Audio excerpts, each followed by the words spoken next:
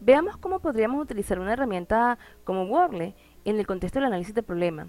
Wordle fue creado no necesariamente para asistir a la comunidad académica, ni tampoco para asistir a las salas situacionales. El creador de Wordle ama, él lo dice así en el blog, en la página web de Wordle, ama dibujar con palabras y como él ama esto, desarrolló la herramienta y quiso compartirlo con otras personas también para que lo hicieran por puro placer estético, ¿no? Sin embargo, esta herramienta puede utilizarse usando algunos truquitos para auxiliarnos en algunas actividades tales como por ejemplo el análisis de problemas. Si estamos con grupos grandes, una forma rápida de obtener las frecuencias, las palabras más frecuentes utilizadas para describir un problema o sus causas o sus efectos, bueno, Wordle nos puede muy bien ayudar. Incluso utilizando también truquitos como dije antes, podemos inclusive conseguir patrones y tendencias de pensamiento en diversos textos para confirmar algunas teorías o para refutarlas. Aquí vamos a emplear un ejemplo pensando más en el análisis del entorno, pero que totalmente se puede adaptar a situaciones en las que se estén discutiendo problemas, en las que se está haciendo análisis de problemas utilizando, por ejemplo, la espina de pescado o utilizando, por ejemplo, el árbol del problema. Wordle es una herramienta que puede utilizarse para explorar o para comprobar hipótesis, ¿no? En el primer caso, tomamos todos los textos que deseamos explorar y aplicando diversas técnicas, como por ejemplo el análisis del discurso o el análisis del discurso ideológico, obtenemos patrones que luego analizamos de cara a alguna teoría. Si por el contrario lo que queremos es confirmar una posición o unos patrones de pensamiento, partimos de una teoría y luego exploramos en una muestra, bien sea aleatoria o bien sea intencional, de diversos textos de personas que hayan dicho algo en relación a lo que estamos queriendo confirmar o que hayan escrito, ¿no? En ese caso, si es un discurso que la persona dijo en algún momento, eso debe estar digitalizado. Entonces, se puede utilizar entonces Wordle, esta herramienta, para confirmar si lo que las teorías mencionan, si lo que las teorías señalan, puede tener referente empírico utilizando estos textos.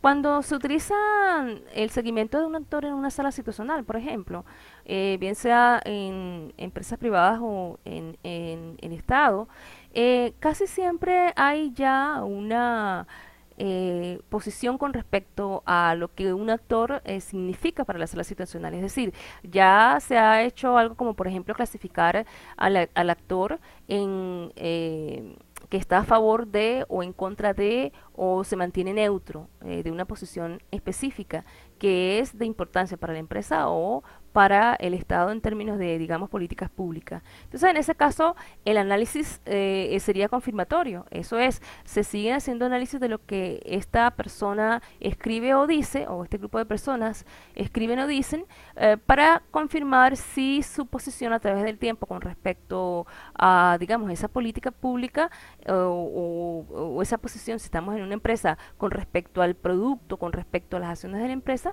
se siguen manteniendo en el tiempo. Entonces, en ese sentido, este tipo de análisis sería sobre todo confirmatorio.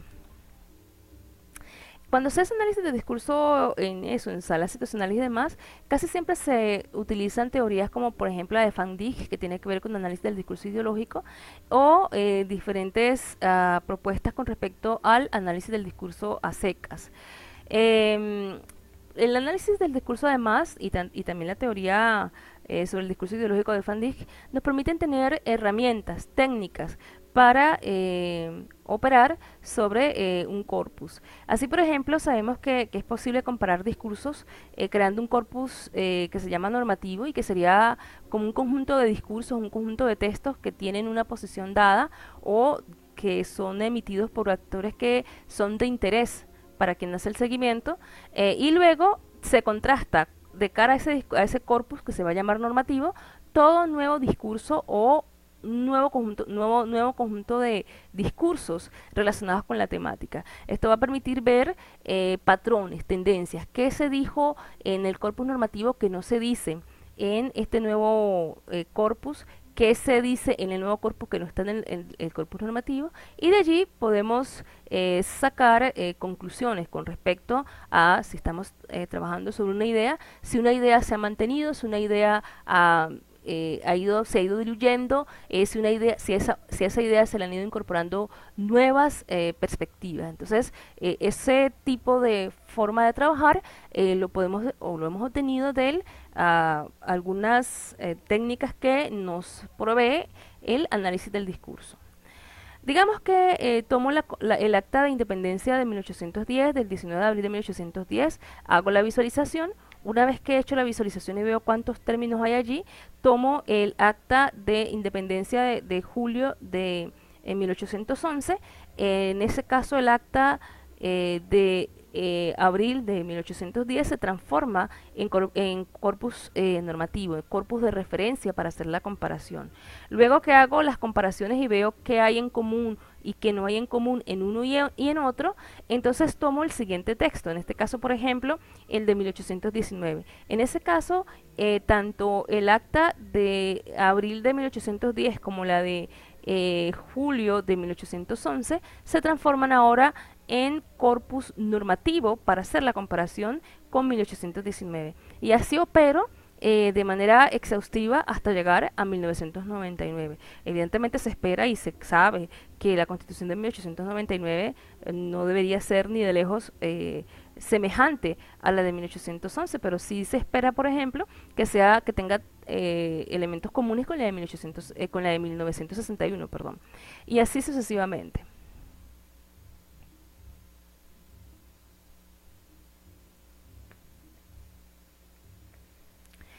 Aquí tenemos una pequeña demostración de cómo haríamos eso. Buscamos en el acta del 19 de abril de 1810 cuáles son las palabras más frecuentes. Nos las da la visualización, pero también para confirmar, en la parte inferior vemos una distribución de frecuencias.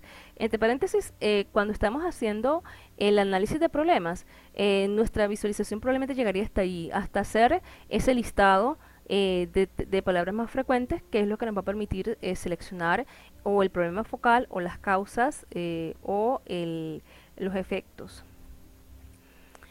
Luego de que hago esto, entonces me voy a al nuevo texto. Hago exactamente lo mismo. Hago la frecuencia, hago el listado, analizo y luego hago las comparaciones. Veo qué palabras se repiten más en un texto y no en otro, o están en un texto y no están en el otro. Por ejemplo, es interesante que en el acta de abril, y totalmente comprensible, de 1810, se hable de pueblo y de gobierno, en tanto que en 1811 se hable de pueblos y de gobiernos. Totalmente no es ninguna sorpresa.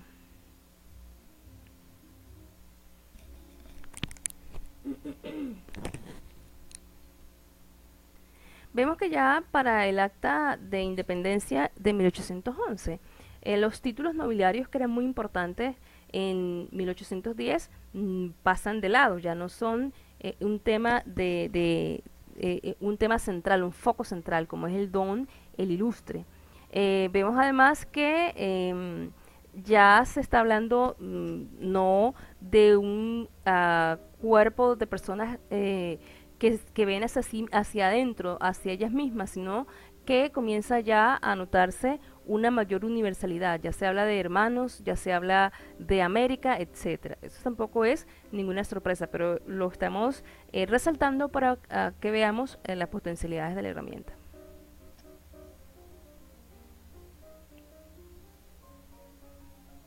Vamos sacando las palabras que no se usaron en uno de en un texto, que se usaron en un texto pero que no se usaron en otro. Luego seguimos haciendo las comparaciones. En 1819, inclusive España, que era importante en 1811, inclusive en el acta de independencia, ya no figura por ninguna parte. Aquí me equivoqué y repetí 2 veces en el texto del acta. El acta del 19 de abril de 1810 es el mismo texto del acta de independencia de 1811. Hay una equivocación. En todo caso, lo importante aquí es observar cómo distintas palabras se van empleando o van cambiando en los distintos textos constitucionales y a qué se le va dando más peso en uno con respecto a otro. Seguimos el mismo ejercicio, palabras más frecuentes en los textos 1810-1811 que no están en 1819. Hay temas que son similares, por ejemplo, representantes y diputados, ayuntamiento y cámara. ¿Cómo hacer con esos tópicos? Bueno, justamente por eso que necesitamos una teoría de análisis del discurso que nos ayude a vislumbrar qué hacer ex ante con con tópicos como eso.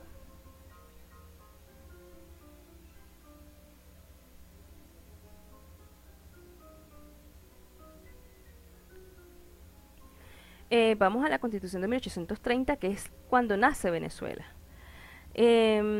Vemos, aquí está corregido el acta del 19 de abril de 1810. A ver, sí, ahí sí está corregido. Podemos ver las palabras más frecuentes en cada uno de esos textos, y eso nos puede darnos pistas sobre, por ejemplo, cómo el venezolano, el legislador venezolano se ha ido creciendo, se ha ido independizando desde en su manera de pensar y de concebir el país desde abril de 1810 y en este caso hasta la Constitución de 1830, que es la que le da nacimiento a Venezuela como república. Nacimiento definitivo. La Constitución de Política de 1819 tiene que ver con la Gran Colombia.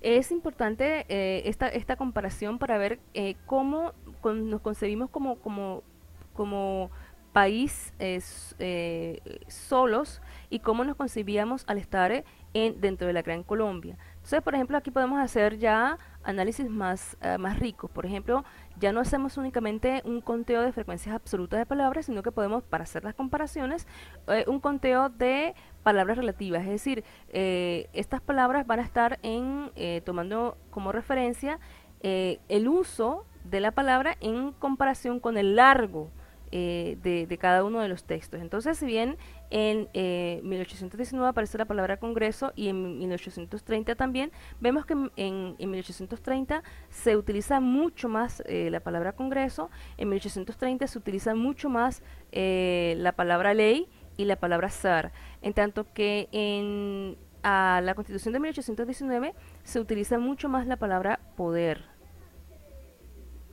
ejecutivo, leyes. Y la palabra constitución se utiliza, a pesar de la diferencia del tamaño de ambos textos, se utiliza igual, relativamente igual en ambos textos.